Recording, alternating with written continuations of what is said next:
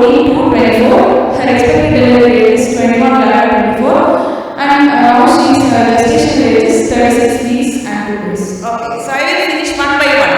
In this slide, the relevant point I want, her age is very important now, and the age of diagnosis of heart disease. I think it is a rheumatic heart disease, no? Yes. So age, as the age goes on, rheumatism also goes on. So the condition is going to become worse already, no? So age is important, and regarding the obstetric score is very important. But rather than the socio-economic class, that is very important in the management of every patient, not only this, but the educational status is not mentioned.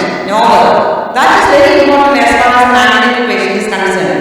The level of understanding the disease, about the disease by the patient is very important in managing. Okay, first. So she is 36 weeks and 2 days now. Is she term? Whether she is term? Term is 37. Okay, that we know. Okay. Here the patient is educated. She's doing BA. She did BA. Okay. So she can understand. Husband is not educated till college. That is also a problem. Never mind. You go to the next slide. Patient came to OBG for regular annual checkup. She got admitted in view of rheumatic heart disease and previous biology. Okay. So she got admitted in view of the rheumatic heart disease. Will you admit all rheumatic heart disease? No. Why she was admitted? Biology. That when you hear the full story, you will understand, no? Actually, rheumatic heart disease, you don't admit in their NYHA 1 and 2. Only when they become term, you will admit. Or whenever they show any features of cardiac. But NYHA 3 and 4 always will be in the hospital. Like that. Okay. Yes. So, history of present pregnancy. In first trimester, pregnancy was confirmed by pregnancy test after 8 weeks of this period at home. Nausea and vomiting was present, but patient was not admitted for staying. There was no history of fever, rashes, breathlessness, difficulty in doing daily activities, bleeding, fever, brain abdomen, blood constipation, or radiation exposure. Her BP was measured and was found normal. All other investigations were found to be normal.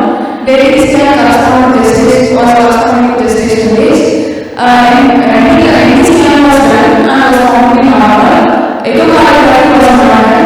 Folic acid tablets were taken and first dose of ET was given. Stop.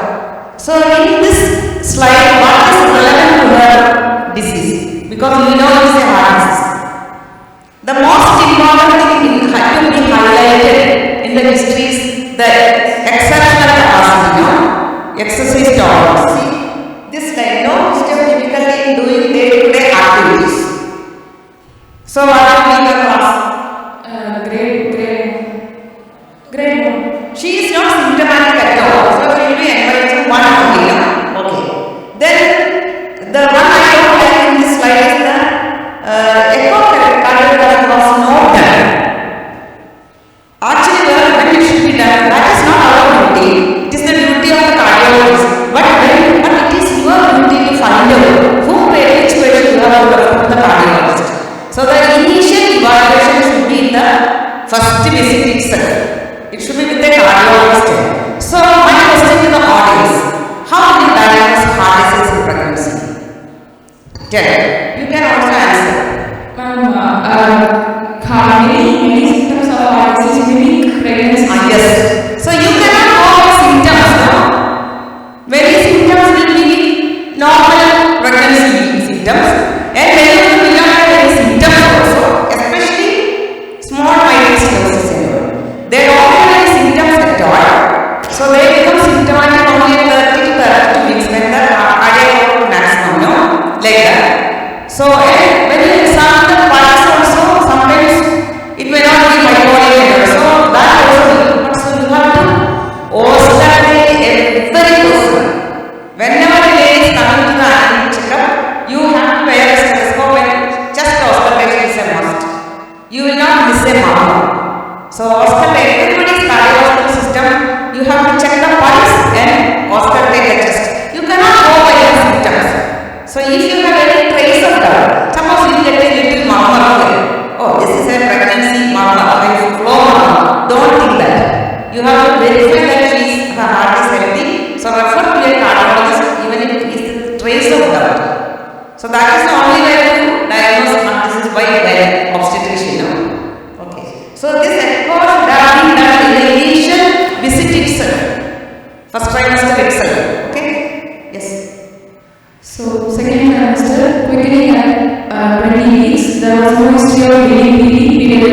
headache, no tension, right hypochondrial pain, or increased urinary output. There are no features of cardiac compensation. Hemoglobin was completed and found to be normal. Cardiac respiration was taken, and echocardiography was also done, showing mitochondrial stenosis, rheumatic heart disease. Her iron calcium levels were taken.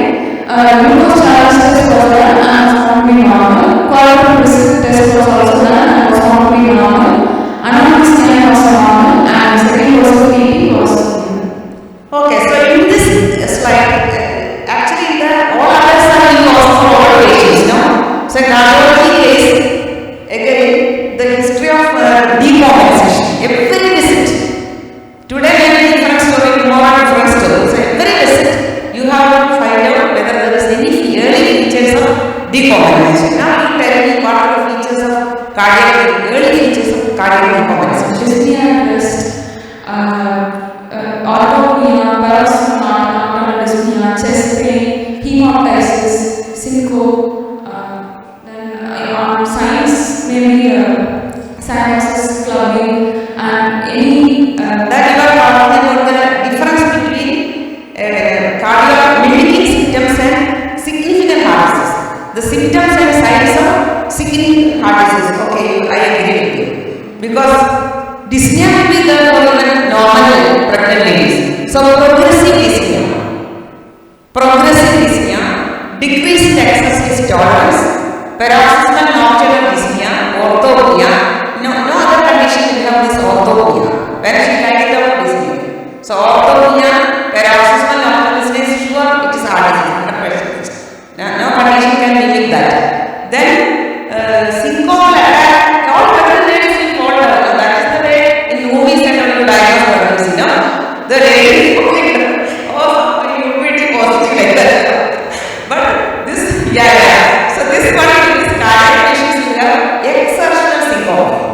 When they exert, they will have exertional syncope and palpitation even at rest, and exertional or emotional stress chest pain. So some difference, even though the symptoms will be. So that is it. Then clubbing, cyanosis, and diastolic murmur, we should never miss that. Second heart, split second heart.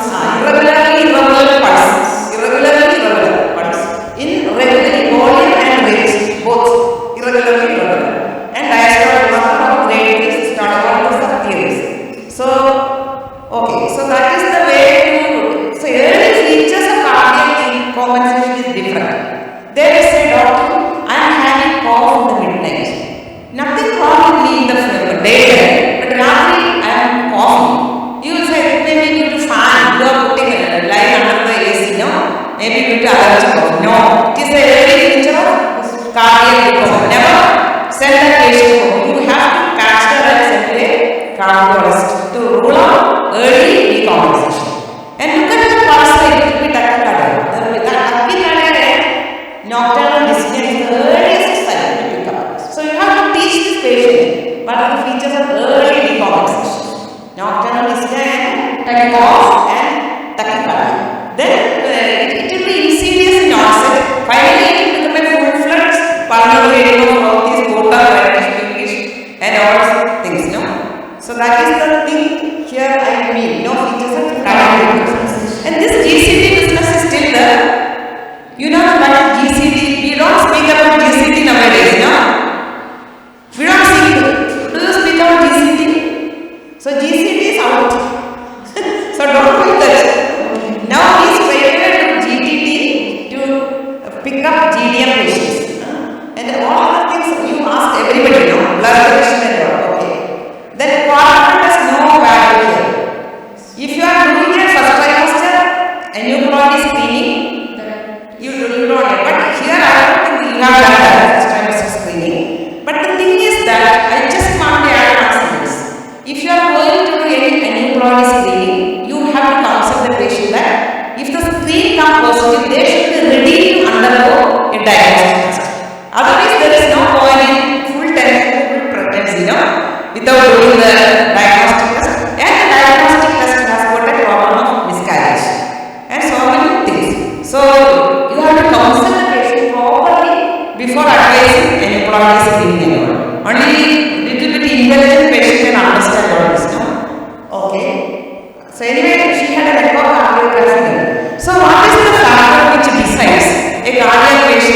need how many visits to your cardiologist? Some simple ASD patient need only one or two visits, no? So that I will come later on when you come to the risk scoring also. Yes. And all these times second was finished. Yes. So in the third trimester, patient had history of cough, no expectoration, which got immediate treatment. There was no history of dyspnea, orthopnea, or paroxysmal nocturnal dyspnea. No history of chest pain, palpitation, or syncope. Again, she had no history of edema, headache, but very fasting.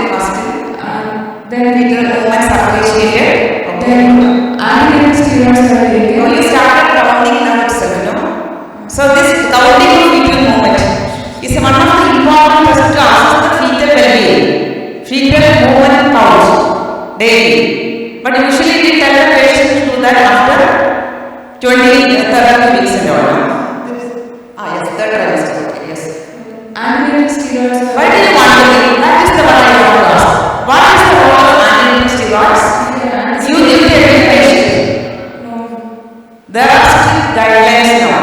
If you think that she's going to deliver a preterm, or if you want to deliver a baby preterm before 34 weeks, then maximum 35 weeks, you have to give steroids within 1 week of delivery. That is the guidelines nowadays. Okay. Echocardiography was done, and the same lesion was noticed. Cardiac investigation was taken, and regular cardiac medications were continued.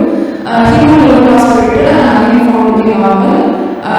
Ultrasonography was done, and normal fetal growth and upper segment posterior placenta was noticed. Actually, in the initial case record, the location of the placenta was not written. So I only wanted to write down that also. Why it is important in your case? The location of the placenta. Because this patient has got 3 risk factors: breech presentation, previous cesarean, heart disease, and anemia. So 4 risk factors in this patient. So in the case of previous cesarean, placenta location is very easy. All cases is important. All know it is a breech presentation, previous cesarean. So they have to specifically mention the location of the placenta. So initially they were only the normal fetal growth in that. So I only know you have to write the placenta location and everything. Okay. So now you understood, no? Okay.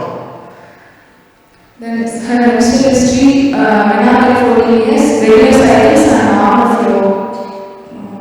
Then obstetric history, she got married at 24 years, which was a non-consensual marriage. Her first pregnancy was at 2021. Patient was diagnosed with heart disease at 22 weeks and was put on medications. Tablet maintenance, 400 mg daily, tablet acids 20 mg only, and tablet metabolol 25 mg twice daily. She was advised for admission with delivery, but she preferred treatment. Intrauterine fetal death occurred at 33 weeks, confirmed by absence of fetal heart activity. It was male child of 3.5 kg, induced and expelled at gynaecologist. She had postpartum hemorrhage for which 1 unit of blood transfusion was given. There was no cardiac trauma during pregnancy. Patient was advised non-conception, but she preferred. Okay.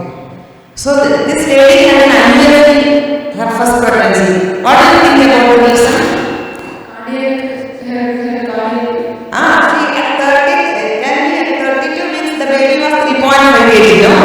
And cardiac disease also can be an important cause for IVF. Anyway, so that pregnancy she lost. And this patient is continuously on last metabolol. What is the purpose? What is the purpose of giving last metabolol? To reduce preload of In a case of mild stenosis, I think. So in a case of mild stenosis, it is very important to decrease the preload. Because the blood pregnancy blood volume increases, and all this blood has to go to the mitral valve. So the mitral valve is stenosed, and so left ventricle has to push very strongly like that. So if you keep the blood volume as such little bit less, that valvular the heart will be less. So that is, but the lasts can cause anemia, clotting for the patient. Side effects are also hypokalemia. So I think nowadays routinely they don't give lasts. They give lasts only if there is pulmonary congestion or atrial fibrillation. These 2 things. pulmonary arterial hypertension, which you cannot diagnose clinically only by echo. And if there is fibrillation, they will, or if there is an element of congestive heart failure also, they add redoxin and DASIS. Okay, metabolite, what is the purpose? To reduce rate. You are standing the right word. Yes, metabolite. To reduce heart rate and prevent atrial fibrillation. Okay. So if metabolite is a selective cardioselective beta blocker, it reduces the heart rate. So what? Normal cardiac cycle is 0.8, diastole is 0.5, systole is 0.3. So when there is tachycardia, diastole is compromised.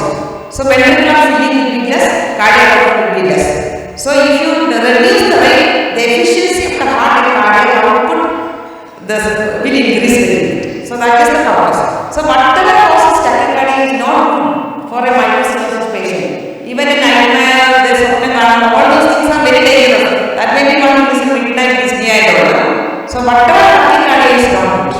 Yes. So metabolite is very effectively will reduce the cardiac rate. Yes. Okay. The next slide. Her second pregnancy was also at 2021. She had spontaneous abortion at 6 weeks, for which dilation and uterus was not. They never made spontaneous completion. What do you advocate? A heart disease patient had spontaneous abortion. Only 6 weeks. Will you want to do ureters? Is there any high risk in a cardiac patient than a normal patient?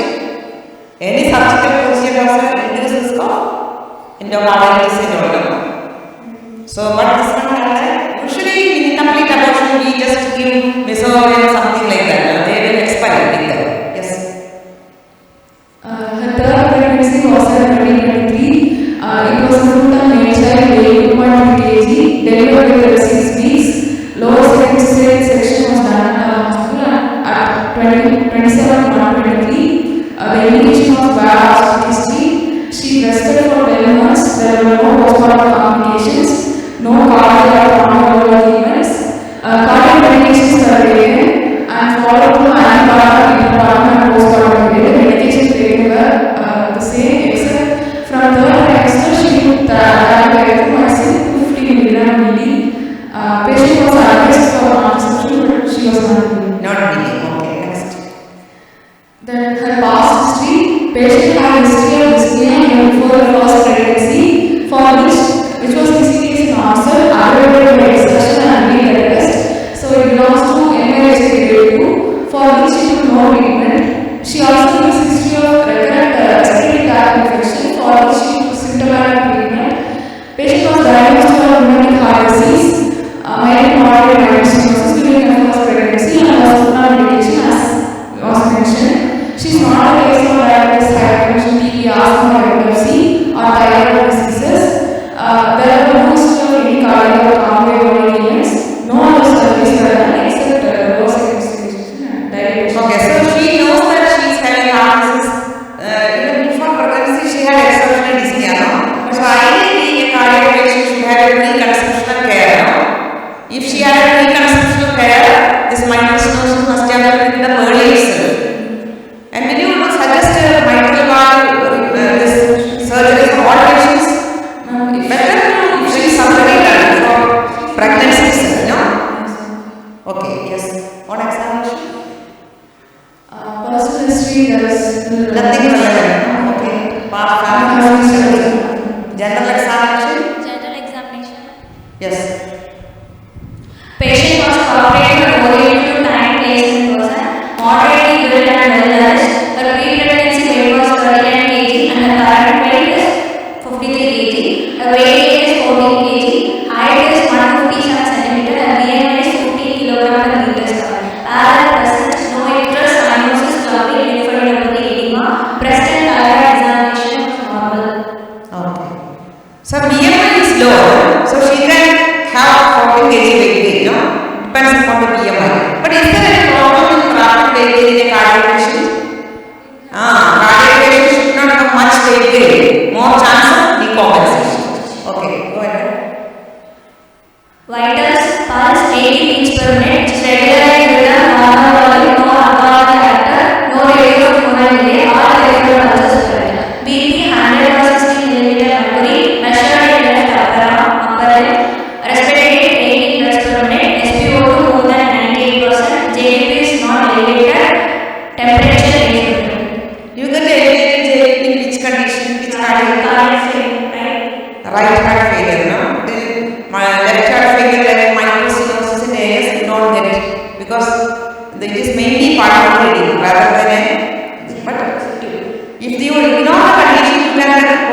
failure and erased gene. Okay.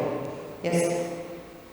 Systemic examination, cardiovascular system, inspection, state of chest, symmetrical, tracheostomy, midline, upper extreme, seen in fourth intercostal space, lateral to midline line, no advanced veins, scars, sinuses, palpation, inspecting findings are confirmed, apical impulse parallel fourth intercostal space, lateral to midline line, no parallel thrill, no parasternity, auscultation, S1, S2 here in all areas, rough, rumbling, low pitched, mild, diastolic, murmur here at mitral area, no arrhythmias. Okay.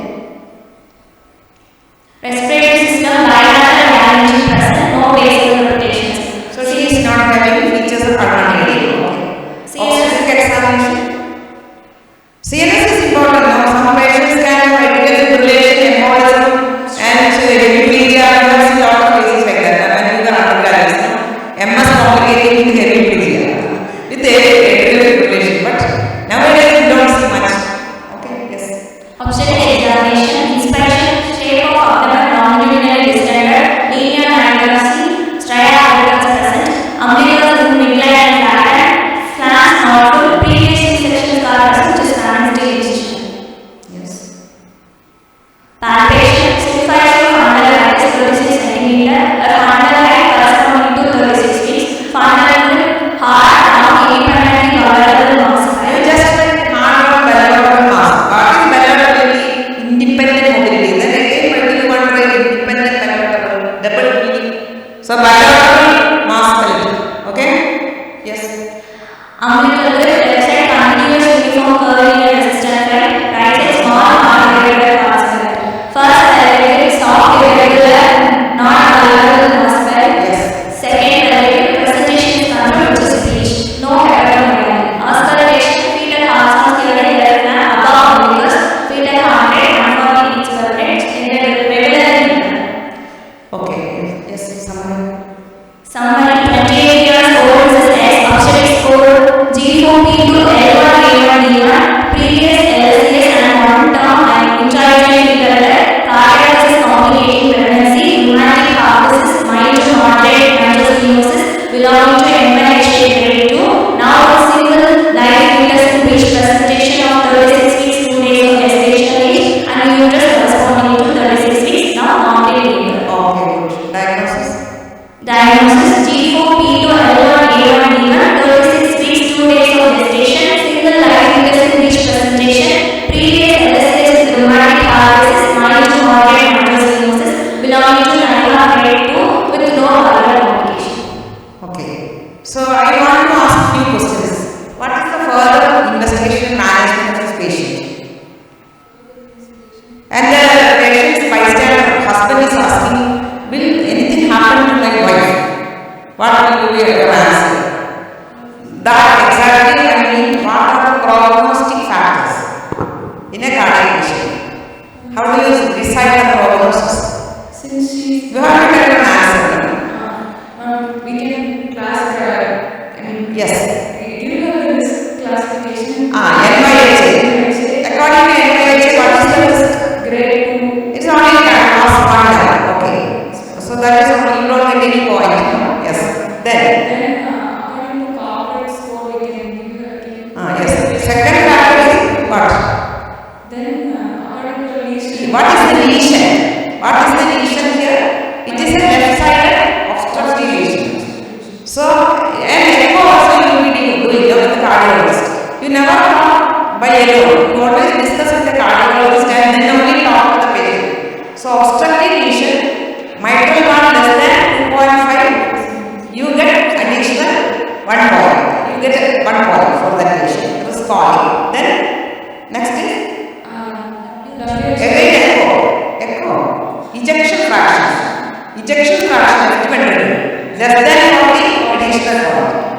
And then comes the prior cardiac events. What do you mean by cardiac events? Any arrhythmia, Cardiac failure, arrhythmia, transient attack, angina, anything. So if any prior cardiac events either in pregnancy or before, in between pregnancy, it adds to another point. So if the patient has no score, minimum chance of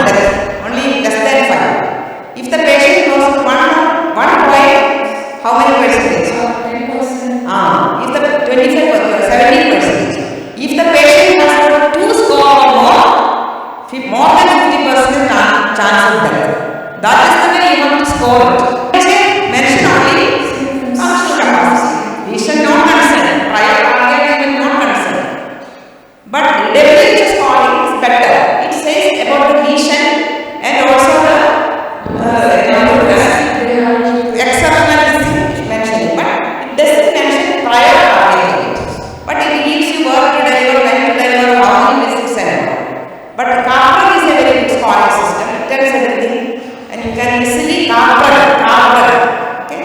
So this is the way you have to tell the patient on not only about death. Don't tell 5% chance of death, 25%. Don't tell like that. There are some problems like this. Then what are the other things which add to the morbidity? She has any intercurrent like anemia, hypertension, thyroid. Yes. What may cardiac disease worse in pregnancy? Infections. Anemia. She has got. Then Hypertension. yes. Thyroid. Yes. Any acute febrile illness. Any infection. So infection surveillance has very important in the antenatal care. Dental infection, respiratory infection, urinary infection. So infection surveillance has a very important role. Early detection of the infection and early treatment with antibiotics is required. Otherwise she will go to cardiac easily. So infection, if there are recurrent infections, then overextension of the abdomen. So all this is making worse. And anxiety, chronic stress, domestic violence, very important. No mental stress at home. So stress, all this will add to the morbidity to this patient. Okay. So all this make how they die or what are the complications? What are the fetal and maternal complications? Tell. Maternal complications, atrial fibrillation, pulmonary edema, pulmonary hypertension, recurrent Atrial fibrillation, how do you diagnose? Irregular pulse. Yes, ECG. ECG is one of the important investigation. ECG, that is the only investigation you need now. Okay. ECG not discernible P by URS not at all visible or like that. Okay, yes. pulmonary edema, Okay.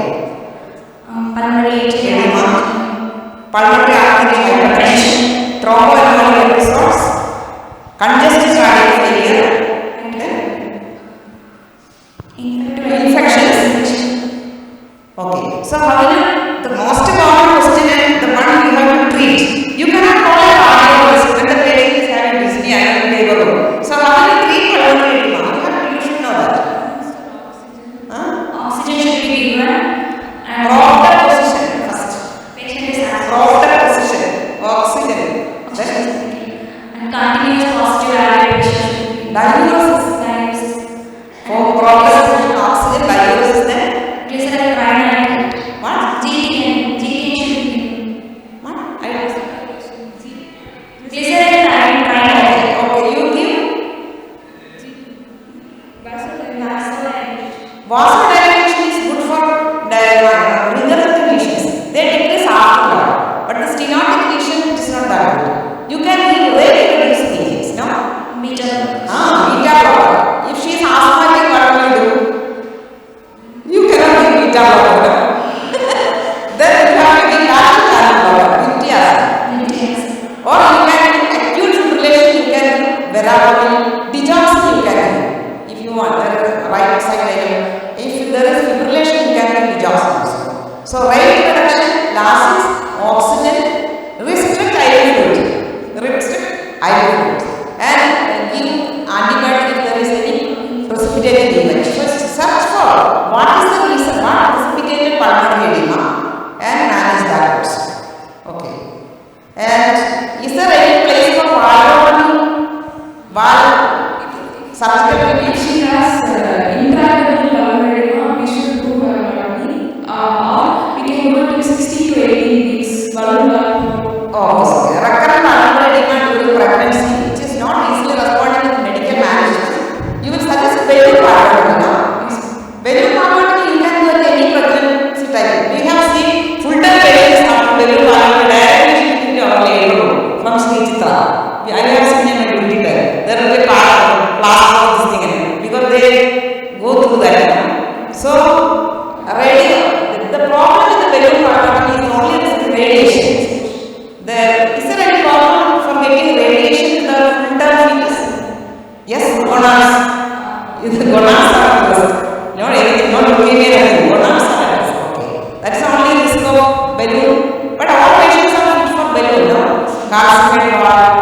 with a clot in the atrium or with a associated MR is there.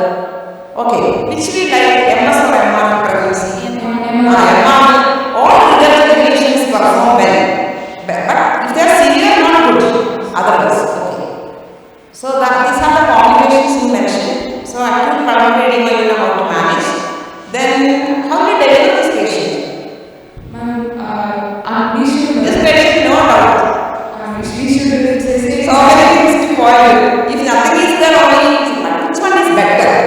Vaginal delivery is necessary. Is preferred. But because there is a gradual hemodynamic changes, no? In cesarean there is an abrupt change. When you remove the placenta, suddenly all the everything is there. But some patients will directly select for cesarean sections. What are the conditions? You don't think of vaginal. Cardiac patients itself. Severe AS, severe MS, complex heart disease, NYHA, stabilizing. You don't want to strain her again and again, no? And coordination of aorta, Marfan syndrome with the root dilation, they all have strain cesarean section. Okay? And when you suggest anything, if you see this patient in early pregnancy, this one don't need. Is there any indication to suggest anything? I know grade 3 or 4 or WHO grade 4 patient. She is only MH1 and there is no PAH. Even if there is PAH, isomender only suggest. There is no isomender syndrome. Then only suggest. Okay. Okay, so she will manage this patient by cesarean. We all agree, no? Okay. So what anesthesia give for cesarean? Epidural. Yes. What is the cardiac condition which is not epidural is not? Where you definitely need G. Where hypotension is not acceptable. Aortic stenosis. Where there is a fixed output. No? So whatever fluid you cannot improve the cardiac. So and the reverse cyanotic heart disease, where the reversible shunt can happen. So in such conditions, no epidural, no restriction of IV fluids, like that. Hypotension is not. You don't need last source in the second stage. No? Otherwise, you have to conduct delivery. Delivery also, if you are delivery, you have to give last soon after the delivery of the baby, and you don't need nothing. All this you know, all this written in your books, no? And you have to give morphine. I forgot. Management of pulmonary morphine is very important. I forgot. 3 mg IV. Morphine is anxiolytic as well as venolytic. It will improve the venous tone, and so that the peripheral condition will come down. Also the pulmonary condition will come down. Okay, I will conclude. What is the contraception? This case? You will do tuberculosis along with cesarean. Suppose she is a primary delivery. We can suggest progesterone inhibitors or immunogestrel IV contraception. Progesterone only contraception is the ideal one. If they prefer hormone, you cannot need combined dose only. IUCD, there is a dangerous IUCDs are there in the aspect precaution. But low progesterone only contraception is, and lot of spacing is not very good, no? Because age is not there. As the age goes on, these things get worse, no? Okay, so I think most of the parts I covered, no? And what is the last question? What is the role of anticoagulants? If she has done valve before pregnancy, If there is a mechanical valve or if there is atrial fibrillation or any cardiac patient with cardiomyopathy, you may have to give anticoagulants.